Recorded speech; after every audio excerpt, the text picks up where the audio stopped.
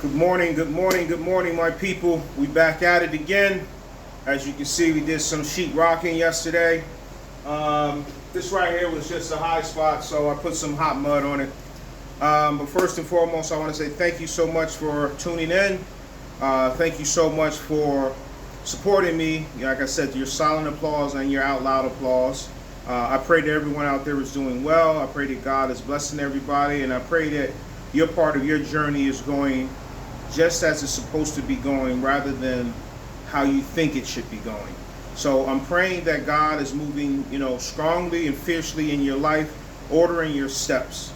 So with that being said, I pray again that your endeavors are great, and I pray that your renovation, if you're into this part of the industry, as far as real estate and renovating and flipping houses or holding on to them, I pray that your renovations and your project is going as great and as well as planned.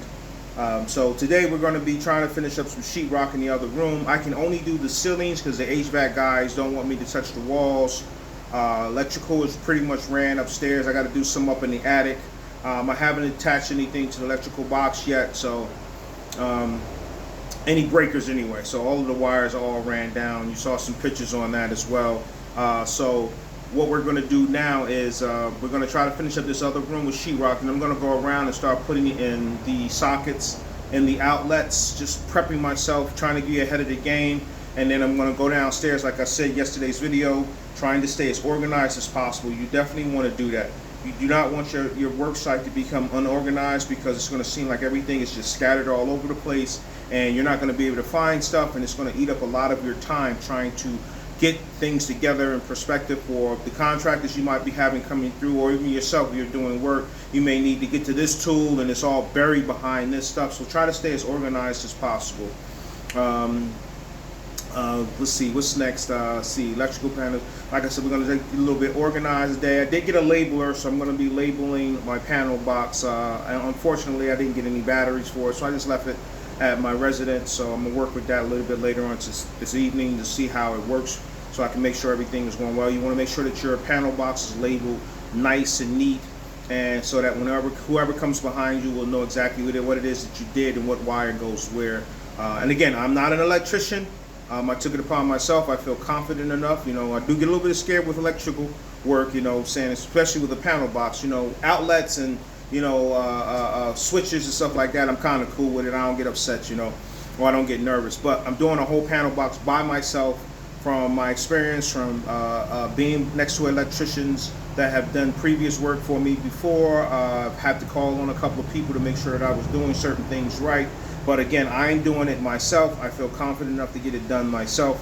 So if you don't, please reach out to a licensed electrician that can help you, and maybe you can hire them to do the work for you. I'm trying to save my money and costs to further me down the line to put extra stuff into the house to make it as more appealing as possible. So I'm trying to save money, and plus to stop letting money just go out the door that I can take upon myself to do. So that may be something you want to think of.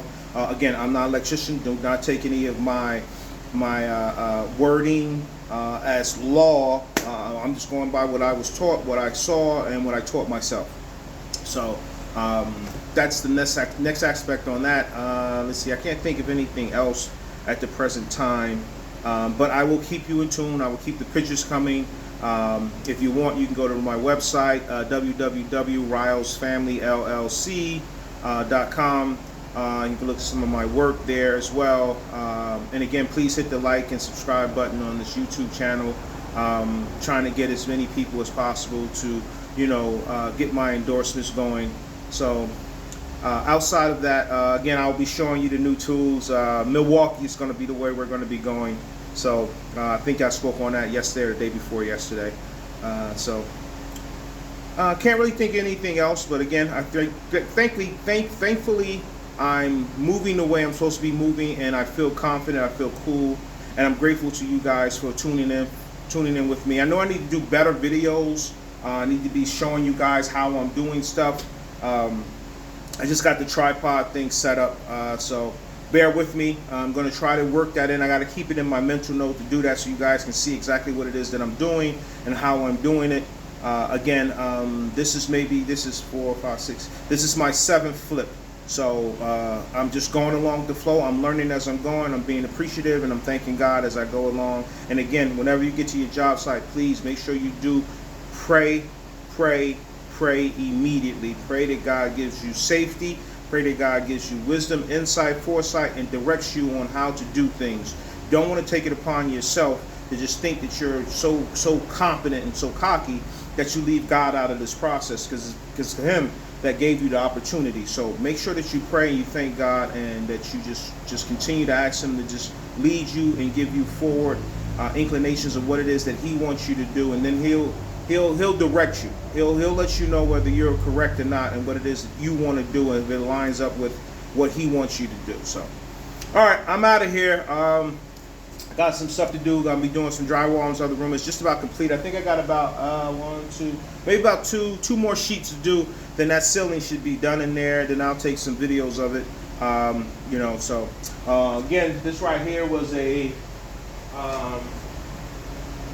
the walls, the ceilings didn't line up, so the room wasn't actually squared, so the sheetrock didn't butt, so it left a little bit of gap. And when you have a little bit of gap like that, what you want to do is you want to put some fast setting, we call it in the industry hot mud, but it's fast setting drywall mud. So it comes in 20 minutes, 45 minutes, and 90 minutes. I did the 45 minutes. So and that means that it's going to dry as hard as a brick within that 45 minutes. So 20 minutes was a little bit hard for me because I was working with the heat, and I had some hot water, so I didn't want to work with that. So the 45-minute was cool. So I wanted to get that gap in there filled in, so it prevents you from cracking. So when we come back and we do the taping and everything just goes along smooth, and the sanding and everything goes great. But I'll be keeping you posted that as well. You can probably go on YouTube and see other people using it. Home Depot sells it. I think it's maybe like about $14, $15 a bag, something like that. But it gets you a long way. So you want to definitely do that, fill in all of your gaps with hot mud. You don't just want to go in there with the regular all-purpose drywall mud. It's going to crack.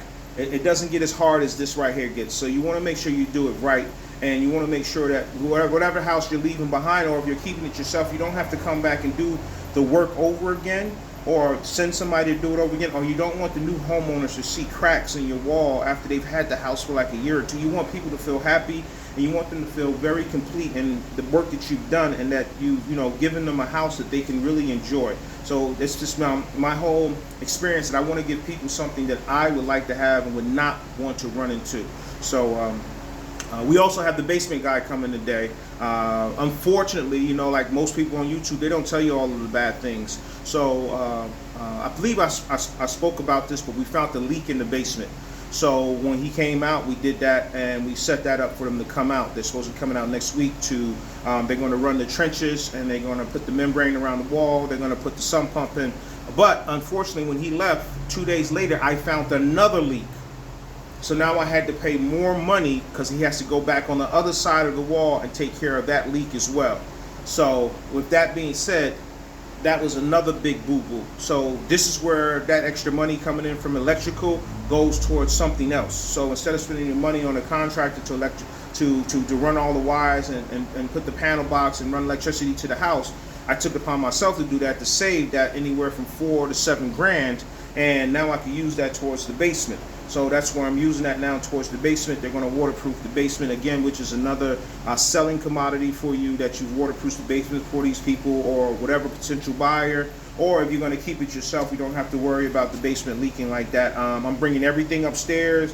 There's no panel downstairs. I don't like that moisture downstairs, and I'm running a tankless water heater. I'm running that right next to the washer and dryer. So I'm just thinking steps ahead from when I previously did certain things. Like I would come back and I would, if I did the tank water heater in the basement, I would come back and I would see little rust.